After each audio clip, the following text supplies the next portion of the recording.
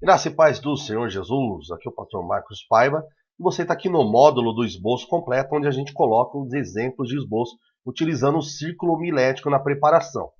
Eu preparei aqui para você um esboço de pregação sobre a Páscoa para você já pregar na tua igreja agora, nesse fim de semana. Então vou abrir aqui para mostrar quais são os elementos que eu utilizei aqui na preparação.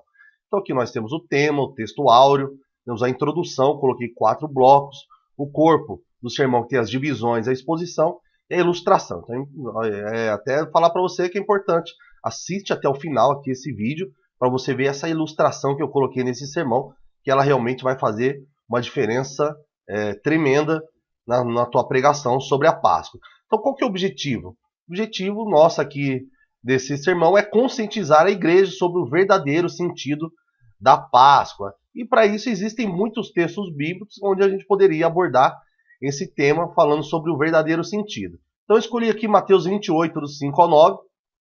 Deixa eu diminuir aqui para a gente fazer a leitura desse texto. Está escrito assim: Mas o anjo respondendo disse às mulheres: Não tenhais medo, pois eu sei que buscais a Jesus, que foi crucificado.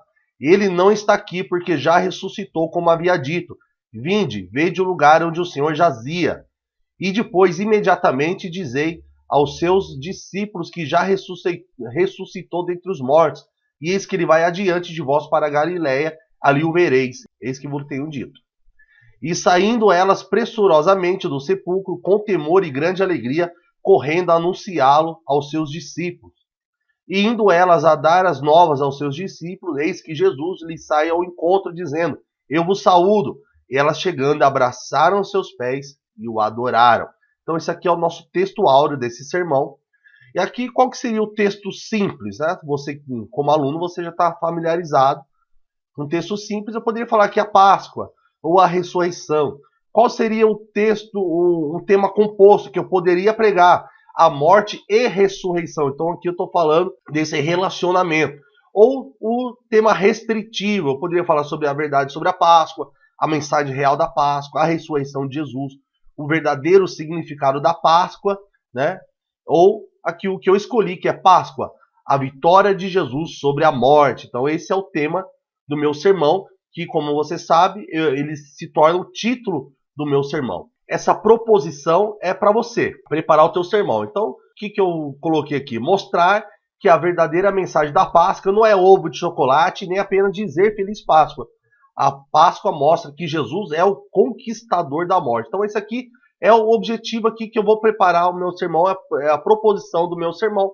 Esse aqui é para mim, só para que me orientou na preparação do sermão. Então você sabe que após encontrar o tema, o que a gente faz?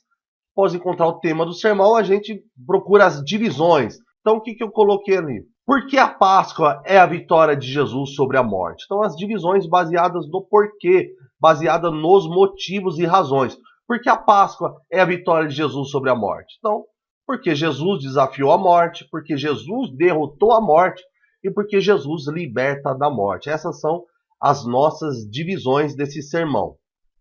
Você sabe que, seguindo o círculo homilético, após encontrar as divisões, a gente faz a exposição.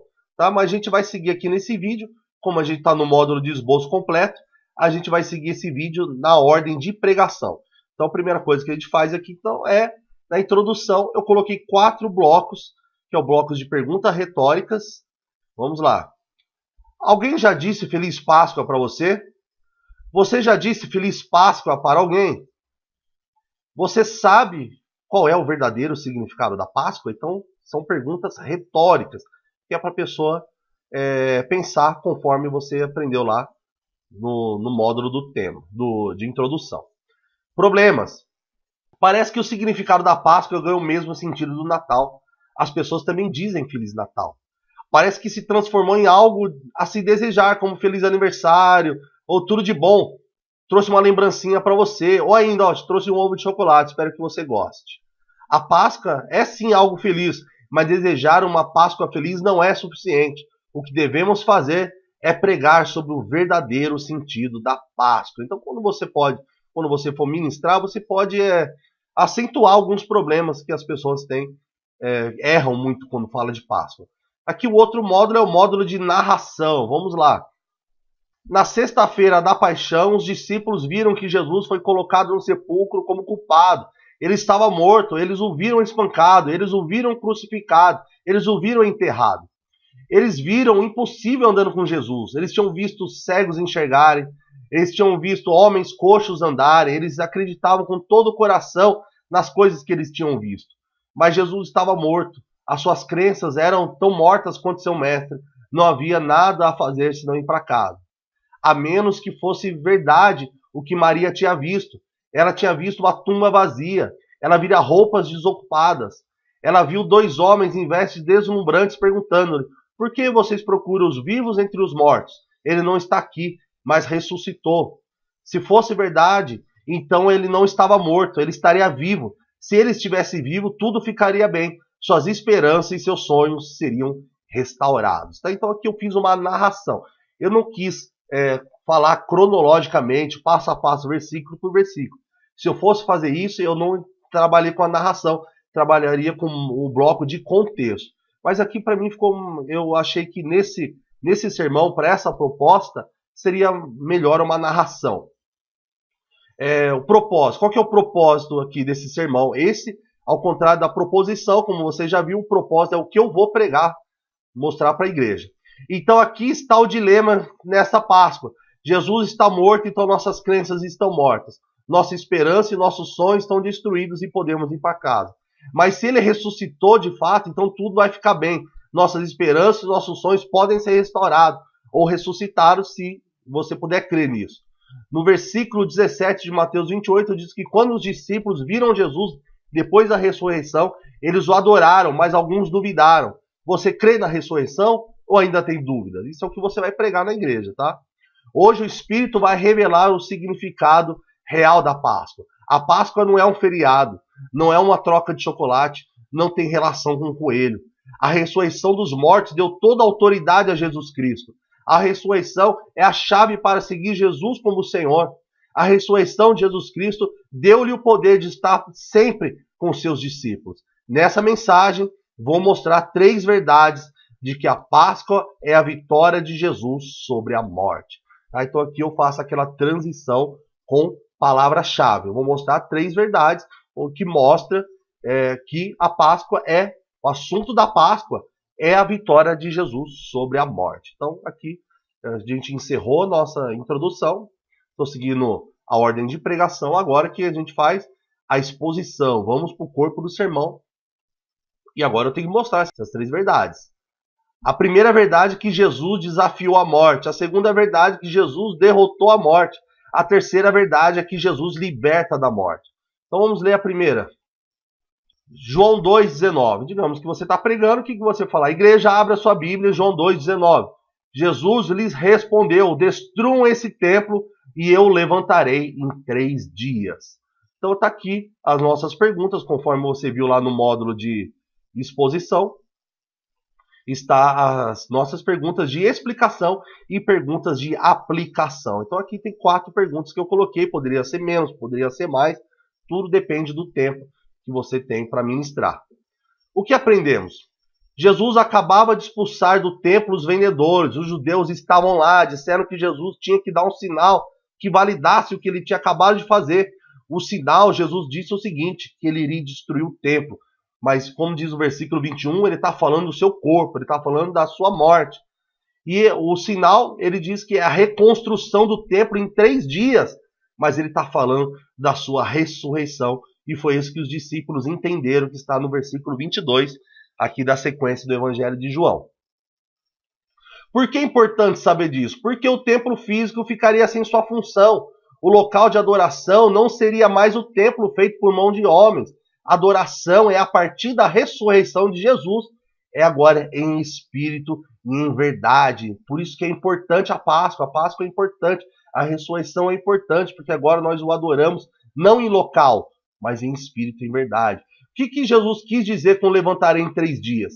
Jesus deixou claro que tinha poder sobre a morte. Ele está deixando muito claro, de uma maneira muito poderosa. Falei, eu vou levantar em 3 dias. Em João 10, 18... está escrito o seguinte: eu dou a minha vida, tenho poder para dar e tenho poder para tomá-la. Jesus tinha controle sobre a sua própria morte. Olha só, em Lucas 23:46. Pai, em suas mãos entregue o meu espírito. Olha, ninguém tirou a vida de Jesus. Ele deu a sua própria vida.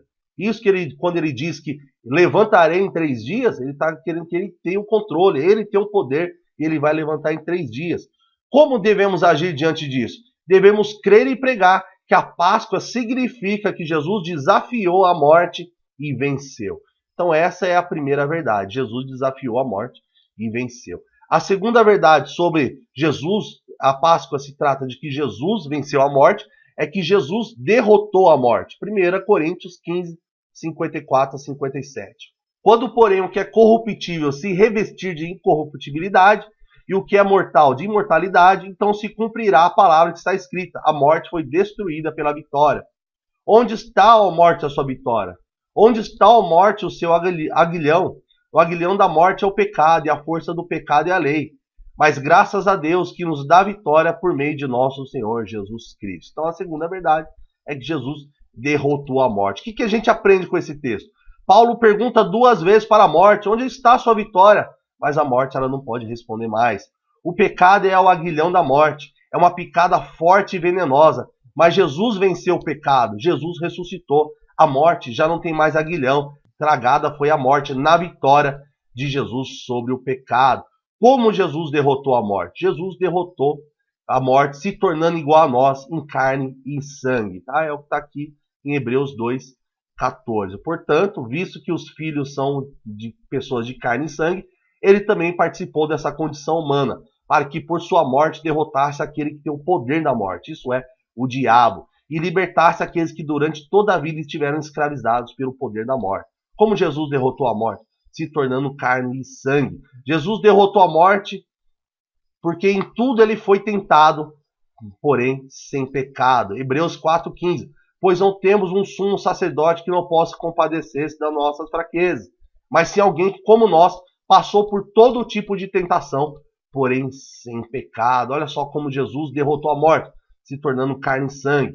Como Jesus derrotou a morte, sendo tentado em tudo. Nós somos tentados em alguma coisa só, mas olha só o que o texto diz, que ele foi tentado em tudo, mas sem pecado. Como Jesus nos dá a vitória? Jesus ressuscitou o filho da viúva. Jesus ressuscitou a filha de Jairo. Jesus ressuscitou Lázaro dos mortos. Mas ele nos dá vitória em sua própria morte. Foi quando ele morreu e ressuscitou que transformou a igreja numa igreja vitoriosa. Como devemos agir diante disso?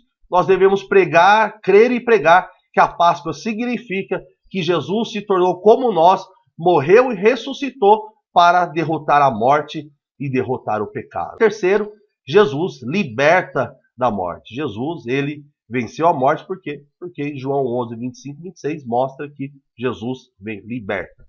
Disse-lhe Jesus: eu sou a ressurreição e a vida. Aquele que crê em mim, ainda que morra, viverá. E quem vive e crê em mim, não morrerá eternamente. Você crê nisso? Então, aqui eu vou mostrar como Jesus liberta da morte. O que nós aprendemos? Diante do túmulo de Lázaro, antes de trazê-lo à vida, Jesus bradou com autoridade que ninguém ficará morto se crer nele. A morte vem para todos, para crentes e não crentes.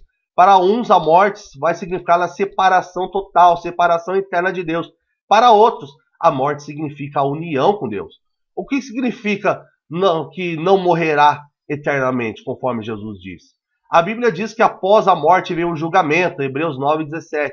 Os que morreram sem Cristo serão separados de Deus por toda a eternidade e depois lançados no lago de fogo, que é chamado segunda morte. Quando cremos em Jesus e experimentamos o novo nascimento, os nossos nomes são escritos no livro da vida, Apocalipse 20:12. E a Bíblia diz que se o nome não estiver escrito no livro da vida, será lançado no lago de fogo. Então, quem morre sem Jesus sofrerá a morte eterna. Quem morre como Jesus, como teu Salvador, ele não morrerá eternamente, não passará pela segunda morte. Como somos livres da morte eterna? Somos livres através do arrebatamento. 1 Tessalonicenses 4:16 e 17. Pois dada a ordem com voz de arcanjo e o ressoar da trombeta de Deus, o próprio Senhor descerá do céu e os mortos em Cristo ressuscitarão primeiro. Depois, o que estivermos vivos, seremos arrebatados juntamente com ele nas nuvens, para encontro com o Senhor nos ares, e assim estaremos com o Senhor para sempre. Então Deus vai livrar o povo da morte eterna através do arrebatamento, e nós seremos transformados. E eis que lhes digo um mistério: nem todos dormiremos, mas todos seremos transformados. No momento, no abrir e fechar dos olhos, ao som da última trombeta, pois a trombeta soará, os mortos ressuscitarão incorruptíveis e nós seremos transformados. E assim que nós somos livres da morte eterna por meio do nosso Senhor Jesus Cristo, pelo arrebatamento e pela ressurreição. Como agir diante disso? Devemos crer e pregar que a morte significa que, assim como Jesus ressuscitou, ele também ressuscitará os crentes quando voltar para buscá-lo. E você, crê nisso? Crê na ressurreição? Crê que os mortos em Cristo ressuscitarão? Crê que seremos transformados e arrebatados? E agora, é só revisar aqui rapidinho. Jesus desafiou a morte, Jesus derrotou a morte, Jesus liberta da morte. Agora, vamos encerrar aqui da melhor forma que eu encontrei nesse momento, é encerrar com uma ilustração. Muitas pessoas não entendem o verdadeiro significado da Páscoa, ou pior, não creem na ressurreição de Cristo e da igreja. Por isso eu vou contar uma história, tá? Então aqui você vai falar do teu jeito lá, na hora que você estiver ministrando na igreja. Um estudante perguntou ao professor o que ele estava fazendo na Páscoa. Ele respondeu que era tudo blá blá blá, igual ao Natal. Diz que a história da Páscoa não passa de um mito, não há Deus e não há como uma pessoa ressuscitar dos mortos. Uma jovem aluna respondeu: Senhor, falando com o professor, eu não apenas acredito em Deus, eu acredito na ressurreição. O professor respondeu: você pode acreditar no que quiser. No entanto, o mundo real exclui a possibilidade de milagres como a ressurreição. É uma impossibilidade científica. Ninguém que respeita a ciência acredita em milagres. Para provar seu argumento, o professor foi até uma geladeira, onde manteve todos os experimentos do laboratório, e pegou um ovo cru.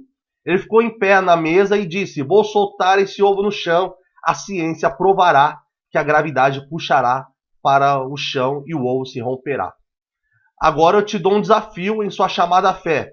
Eu quero que você faça uma oração agora mesmo e peça a Deus em que você acredita para impedir que esse ovo se quebre quando bater no chão. Se Deus pode quebrar as regras da ciência, então você terá provado o seu ponto. Se não, eu provarei o meu ponto de vista para os alunos de que a vida se trata de ciência. Prove então você o seu ponto de vista. A menina tímida se levantou e começou a orar.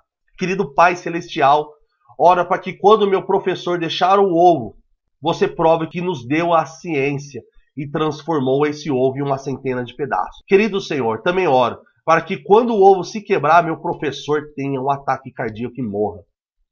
Os queixos caíram, e agora? Ninguém riu, ninguém disse nada. Por um momento o professor não fez nada, ele olhou para a garota, depois para o ovo, e sem dizer uma palavra colocou cuidadosamente o ovo de volta na geladeira e disse com desgosto: fim da aula. Foi uma grande lição de ciências, mas também uma ótima lição de vida foi aprendida. O professor aparentemente acreditava na existência de Deus mais do que ele pensava, porque ele não estava disposto a arriscar a sua vida que Deus não existia. A Páscoa, igreja, não é mito. Quando cremos que Jesus venceu a morte, anunciamos essa verdade sem temor para quem for, sem temer nenhum desafio como essa menina. Então olha aqui, a gente encerra o nosso sermão, nosso esboço de pregação, sempre lembrando, tá, que isso aqui é uma sugestão, você pode adaptar da melhor forma que você entender e julgar melhor no sermão da tua igreja. Você, como aluno do pregador aprovado, aqui embaixo dos materiais complementares, eu vou deixar esse mesmo esboço em versão de PDF para você poder ou alterar, ou para você poder imprimir e estudar e memorizar esse sermão para você poder pregar na igreja, tá bom? Então nos vemos no próximo esboço. Deus abençoe.